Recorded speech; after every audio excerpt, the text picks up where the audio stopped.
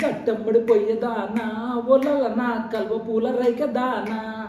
నీ కల్వ పూల రైక చూసి జారింద మనసు రానే ముద్దుల గుమ్మ అరే నువ్వేడా అరే నువ్వేడా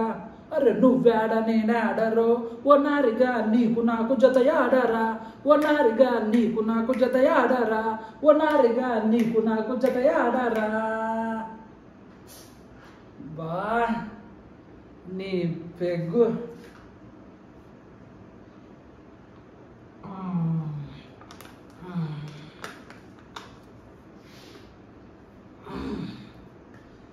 ఏం గంతో బా పెగ్గు నీ పెగ్గు తాగితే సమ్మగా రూపాయలు పోతుంది బా నీ పెగ్గు తాగితే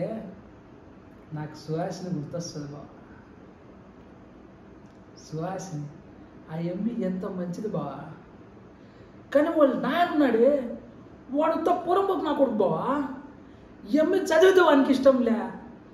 ఎమ్మి జాబ్ చేసే వానికి ఇష్టంలే వాడే నా కొడుకు బావా ఇంకా పోతే ఆ సుకేష్ గాడు వాడైతే ఎమ్మి 2 రోజులు ఆయన నిశ్చితార్థమై వాడు ఏందో మొగుడు మాదిరి కూడా ఆడిస్తున్నాడు బావా వాడు కానీ నా చేతి కానీ దొరికితే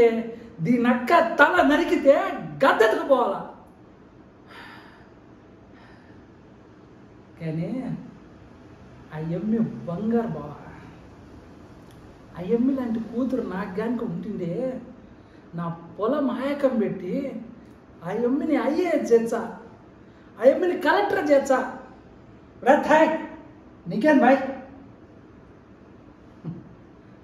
ఆ ఎమ్మి ఎంత మంచిది బావా ఆ ఎమ్మి ఆడాన్న ఉంది బావా నేను ఈడున్నా మధ్యలో వరం అర్థమవుతుందా ఆ ఎమ్మి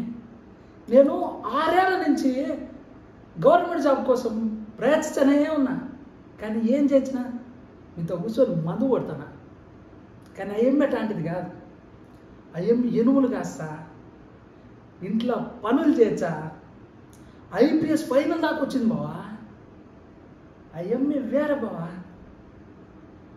ఇకపోతే నేను నాదే ఉంది బావా నిన్న దాకా మా నాయన మీద బతికేసిన రేపు ఆ కోళ్ళ ఫారం సంబంధం చేసుకుంటే మా మామ మీద